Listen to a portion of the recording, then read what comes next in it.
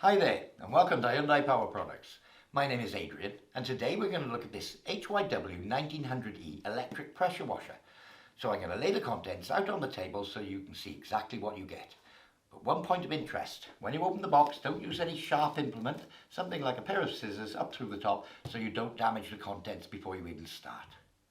So I've laid the entire contents of the packaging out on the table here for you to see. So we have the main unit itself, as you can see here, obviously the large unit with its power lead and 13 amp plug. We have the user manual here. Now I do strongly recommend that you read the user manual thoroughly before use. In the bag with the user manual was a little turbo tip, the winding handle for the drum, we shall show you that later, a bag of screws, the inlet connector with the filter. Then we have the two wheels which we have to assemble. We have the hose reel which we have to assemble, a few other clips and brackets, the top handle being this one. Now there is a precise order in which we need to do this, so you need to put it together in the correct order. We have the actual high pressure hose here. Here we have its lance with its standard nozzle. We have this extension bar here. Now I'll come over to the goodies, all sorts of goodies come with this machine. We have the flat surface cleaner. And this extension pole screws onto the flat surface cleaner. If you were wondering why it doesn't connect, that's what it's for, the flat surface cleaner. Again, I mentioned the lance in two pieces. We have the foamer bottle for foam. I've mentioned the flat surface cleaner. We have the detailing brush here, which again fits onto the lance. And the main brush here, which fits onto the lance as well. So that's the contents of your packaging. So the first part of the assembly we're going to do is to attach this little accessory cable holder. So you see two holes, and I'm going to take two of the screws out of the pack.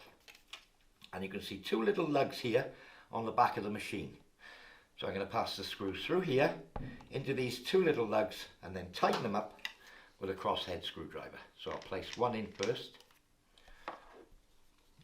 get the screwdriver, just line the end of that screw up while I can see what I'm doing.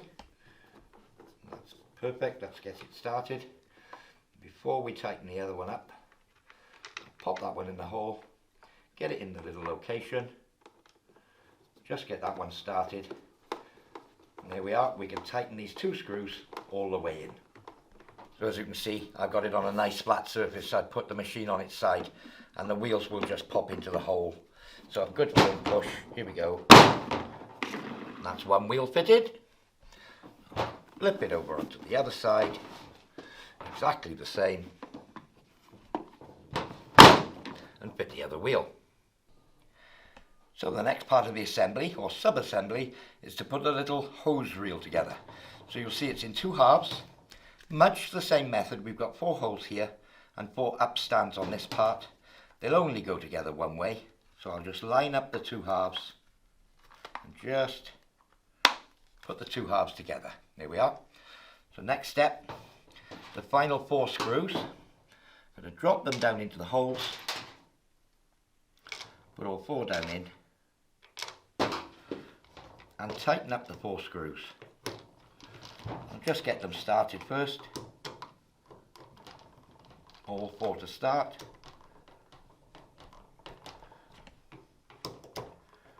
Okay, all seems good. So now I'll just continue and tighten down the four screws. So having assembled the hose reel, we need to pre-assemble this top end here. So this is the handle on the top, the winding handle for the hose reel, and the hose reel itself. So it's important we get this hose reel the right way round. So you'll see a stepped lug on this side. It goes on this side where there's no hole. This side has a hole right through, as you can see. And you'll see a castellated end on this side. So the castellated end goes on the side with the hole right through. So as you can see, it doesn't naturally fit in there, but at this stage, before we fit the machine to the unit, there's enough spring in the plastic just to locate the little hose reel in there. With that done, we can then fit the handle, locate it in, and a good firm push. There we are, and that's the hose reel connected with its winding handle into the upper handle. So now that we've done this sub-assembly, we can fit the handle from the top of that reel all onto the unit itself. So you'll see these two slots, and if you think we have a smooth side and a smooth side of the handle, they need to stay together. So if I just rotate it round, we've got the hollow side at the back, smooth side at the front, and I'll just slide these and click it into position. There we are, click, click, and that's it, it's fitted. So I've just removed the two cable ties that held the hose in position, and I actually cut them with a scissors rather than a knife because I didn't want to cut the hose accidentally. So I'm just going to show how to reel the hose onto the hose reel, the storage hose reel. So using this end here, you'll see the little hole. I'll just pop that through the hole, and then you can gradually wind it up and try not to tangle or knot the hose. I have unraveled the hose out straight, and as you can see, it's forming a nice pattern as I reel the hose onto the reel. So now we're going back the other way. We can go back, try and keep it tidy if you can, until we get to the end of the hose. Here comes the last little bit, and there we are. That's the hose on the hose reel. So on the front of the machine here is the water inlet. So this is where we would connect up the water from the tap to run the machine. Now it is supplied with this inline filter here which can be cleaned. So without cross-threading it, be very careful, it should go on really easy as you can see, and then just tighten it up against the rubber. So obviously this end is a quick release fitting that you can connect any garden hose up to. So that said, if you're going to transport this around, it is worth just removing this inlet filter just to prevent it getting damaged should it get knocked in the back of a van or in the garden shed by something coming in and out. So I would recommend just to remove this when not in use. So as I said, just to recap, being careful as you start, should just screw on by hand all the way, and then a final tighten up onto the rubber seal. So as you saw earlier, the hose is here in its storage position. The rear connector here is for connecting up the pressure hose. So I'm going to unreel it from its storage position and connect it up onto this outlet here. So your pressure hose has two different shaped ends. This larger one here with the big ferrule is the one that connects on here, and your pressure lance would connect onto this quick release fitting here. So if I just put my hose down, I'm just going to push the plunger into the hole, and then again it should screw on fairly easily so we know we're not cross-threaded. Last couple of turns, just make sure that it's well hand tight. So first once or twice that you do this, it may be a little bit stiffer than other times, but once you've done it once or twice, there we are, that's nice and tight on there. So that's the outlet hose connected. So this step couldn't be simpler. The quick release fitting, place it there, push the red button in, push the hose in firmly, let go of the button. The button will spring out into this position when you know you're firmly locked. To remove the coupling for storage, simply push the button, pull the coupling back out again. So as we spoke about earlier, your machine comes with all sorts of different accessories and tools. The standard lance, you will see, it's got this twist type connection. So it'll only go in one way, and you'll see if I try and put it in that way it won't fit. Then it pops in. So good push and turn, and that's locked into position. So this would be your standard lance. Now what I will say is that there's a little pin here which is kept in this little sleeve. Now this is for clearing out the jet in the end of the lance. So should you get a bit of grit or dirt that comes through, that little pin is for clearing out the jet. So what I would recommend is that you remove this and put it in a safe place for when you need it. Okay, so with that said, on the end we have the variable jet here.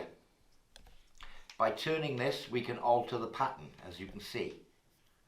So alternatively, instead of the fan pattern nozzle, we have this turbo nozzle which rotates with the pressure of fluid. To fit it, push the release button, push in, let go of the release button, and that's the turbo nozzle fitted. To remove it, push the button, pull it out, and we can swap between nozzles quite easily. So to remove the nozzle, or the end of the lance, we push it in this direction, just a small amount, like that, rotate it, and out it comes. And that would allow us to fit all of the other accessories in the same way. So obviously we've got the brush here. If I locate that, that's it, that's the brush in, push it in, turn, remove it. exactly the same with this brush. Now the flat surface cleaner, you don't want to be very close to the ground with a flat surface cleaner. So we have this intermediary piece. So this screws on here. You'll see the screw on end. That screws onto the cleaner. And again, this would fit in exactly the same way as the other fittings. So that would be your flat surface cleaner. So the last accessory would be your snow foam bottle. So again, fits in exactly the same way, push and twist, and that's the snow foam bottle. So again, that has a variable jet on the end which can be altered by rotating, and a regulator on the side here that you can screw in to reduce the foam or unscrew to increase the foam. Just something to show, underneath the flat surface cleaner you'll see it has this rotating head. That's what gives you the swirl pattern, and obviously the brush around the outside will keep you clean while you're washing patio slabs. It keeps the water inboard, so it's a very useful tool. And again, these little nozzles in the end can get blocked if you get dirt in them, so the little nozzle cleaner will work for these as well. So a few good operating procedure tips. Make sure that it's switched off first of all. So push down the button to the off position, push down on the 0, that will be on, that will be off. So that's switched off. Now at this point I can connect up my garden hose and turn on the tap.